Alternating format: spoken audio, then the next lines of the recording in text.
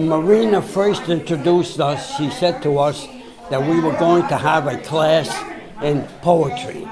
Poetry. Now, who cares about poetry? I mean, we're senior citizens. We're not interested in poetry. Half of the people in here, they heard poetry. Who wants poetry? So I went. I went to the first day of class. I loved it. It wasn't poetry per se, poetry. It was translating writings and translating it, which was beautiful, which was right up my alley. How I met my wife. It started in the summer of 1937. We were living in a part of Brooklyn known as South Brooklyn.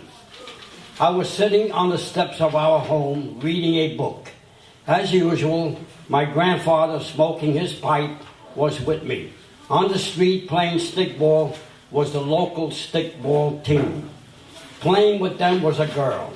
She hit the ball and it bounced up the steps and into my lap. I yelled at them for momentarily and pointed for one to come get the ball. He refused and instead made the girl come up for the ball. She was meek and thought that I would yell at her. Instead, I picked up the ball and handed it to her.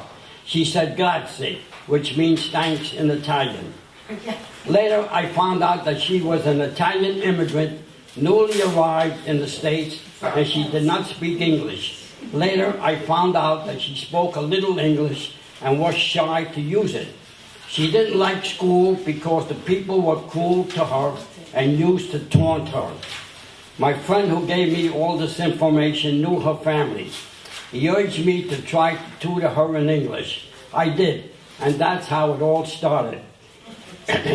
We married in 1945 after I returned from World War II.